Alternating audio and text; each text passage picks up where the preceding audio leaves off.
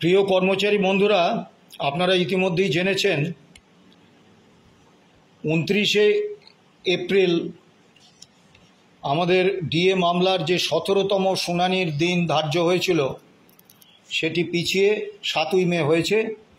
ওই দিনও মামলা হবে এরকম কোনো নিশ্চয়তা আমাদের কাছে নেই।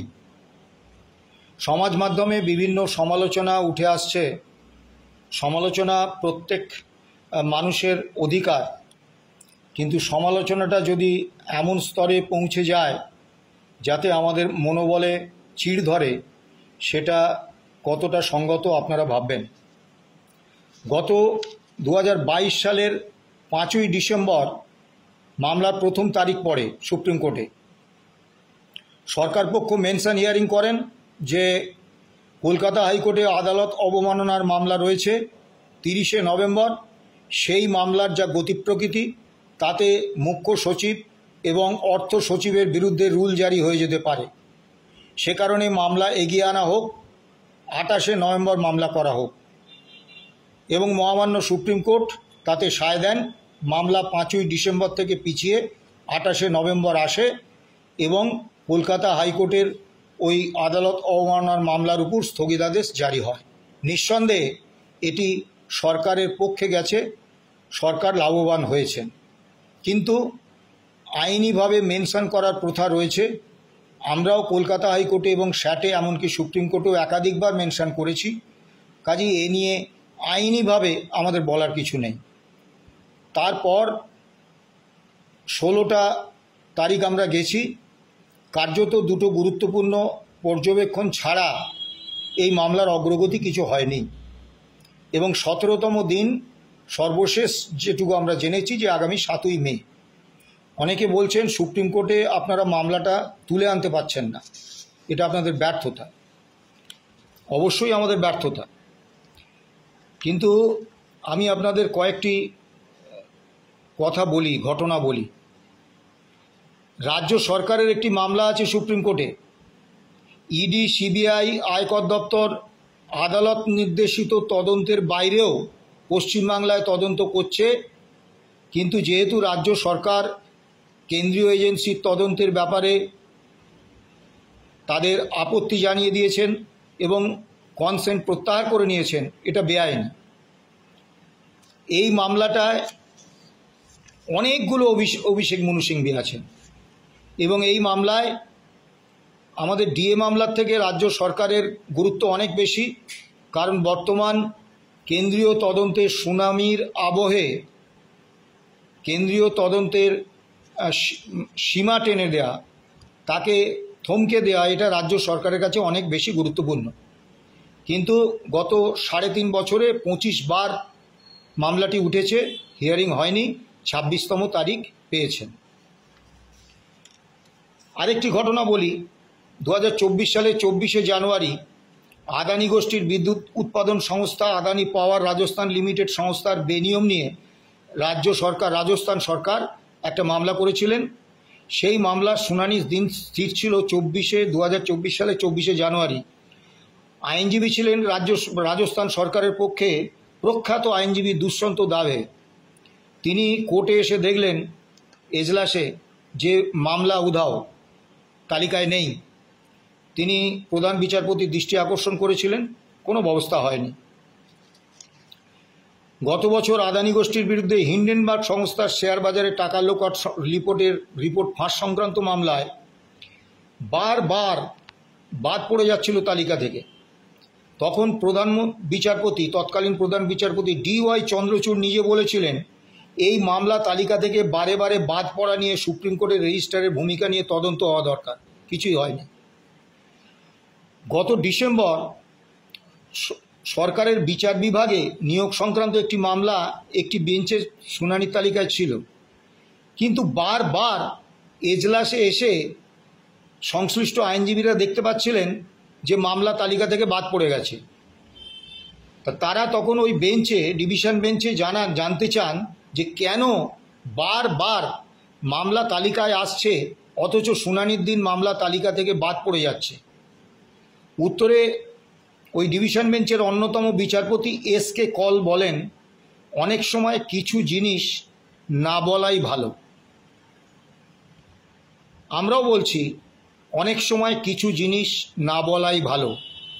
সুপ্রিম কোর্টে মামলা পিছিয়ে যাচ্ছে সুপ্রিম কোর্টের নিয়মে, সেখানে আমাদের করণীয় কিচ্ছু নেই। আমরা একাধিকবার মেনশন হিয়ারিং করেছি, তাতে আদালতের রোষের মুখে পড়েছি, কাজের কাজ কিছু হয়নি। আমরা নিজেদের উদ্যোগে মহামান্য রাষ্ট্রপতি, মহামান্য প্রধান বিচারপতি, তাদের কাছে কর্মচারী এবং পেনশনারদের দিয়ে চিঠি পাঠিয়েছি, ইমেল পাঠিয়েছি, তাতে কোনো কাজ হয়নি। কাজেই সুপ্রিম কোর্ট কবে মামলা শুনবেন এ ব্যাপারে যে স্তরে সিদ্ধান্ত হয় সেই স্তরে পৌঁছনোর বা সেখানে প্রভাব বিস্তার করার মতো কোনো ক্ষমতা আমাদের নেই। আপনারা সমালোচনা করতেই পারেন, কিন্তু বাস্তব অবস্থাটা আপনাদের বুঝতে হবে।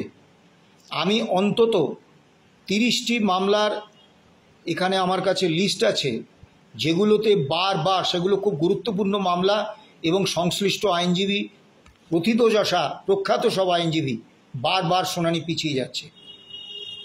স্বয়ং পূর্বতন প্রধান বিচারপতি DY চন্দ্রচূড় বলেছিলেন, সুপ্রিম কোর্ট তারিখ পে তারিখ আদালত হয়ে যাক, আমি এটা চাই না। এতে সুপ্রিম কোর্টের প্রতি এবং সমগ্র বিচার ব্যবস্থার প্রতি মানুষের আস্থা ভরসা চলে যাবে। তারপরেও মামলা পিছোচ্ছে। কাজেই মামলা পিছিয়ে যাওয়ার বিষয়ে আমাদের করণীয় কিছু নেই। আমরা প্রথম থেকেই যেটা বলে এসেছি যে শেষ পর্যন্ত আমরা মামলার শেষ দেখে ছাড়ব। এর বাইরে অতিরিক্ত কোনো কথা বলার আমাদের কোনো সুযোগ নেই।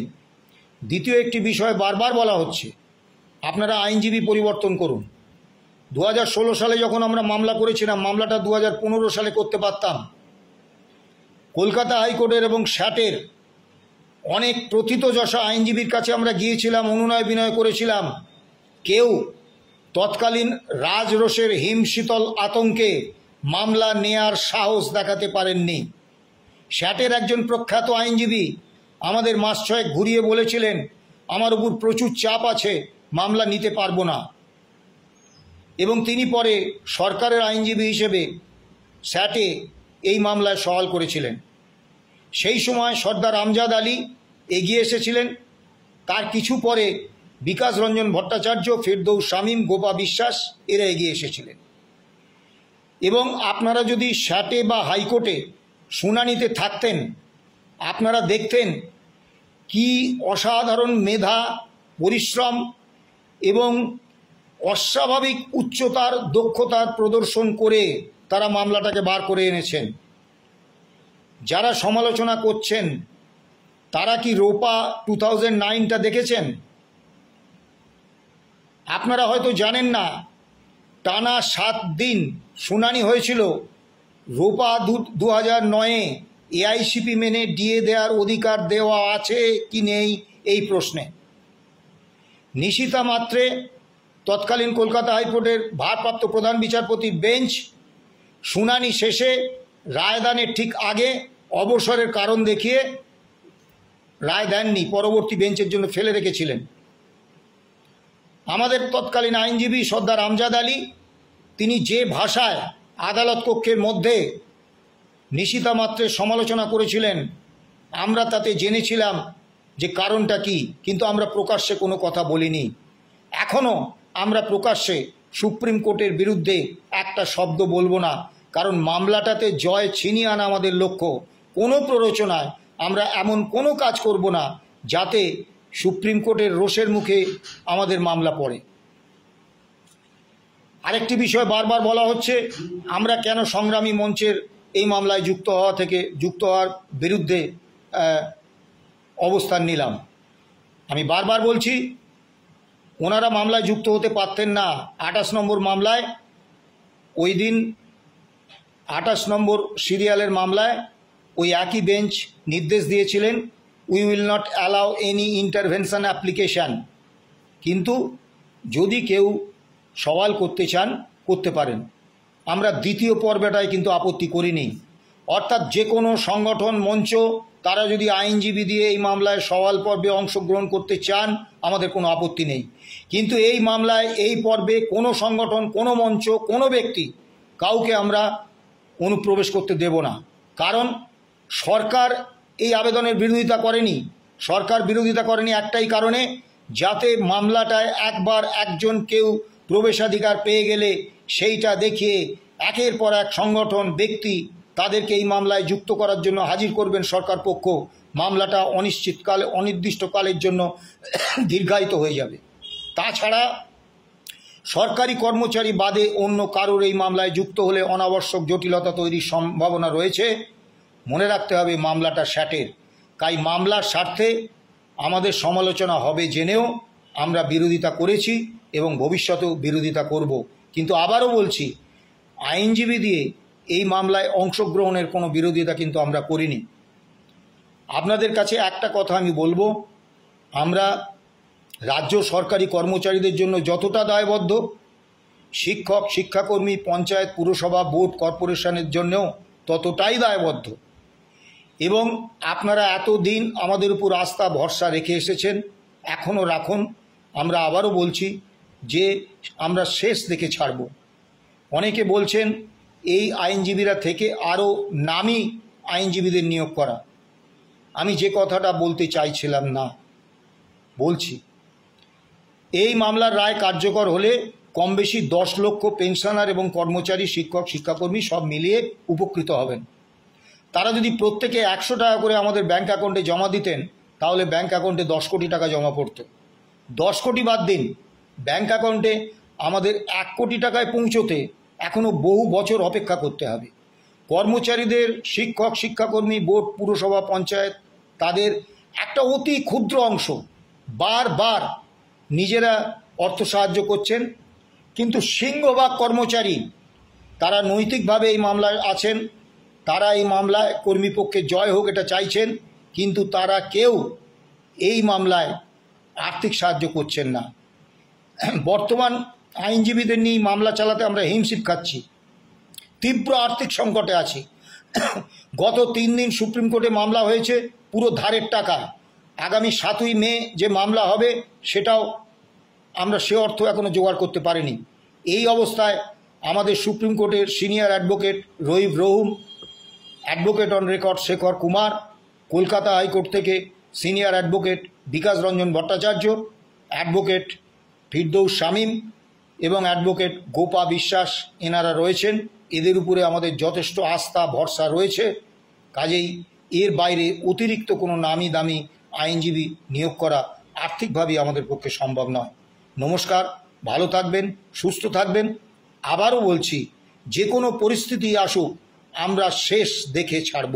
এই মামলায় কর্মচারীদের জয়। যদি অন মেরিট শুনানি হয় সুপ্রিম কোর্টে, কেউ আটকাতে পারবে না। নমস্কার।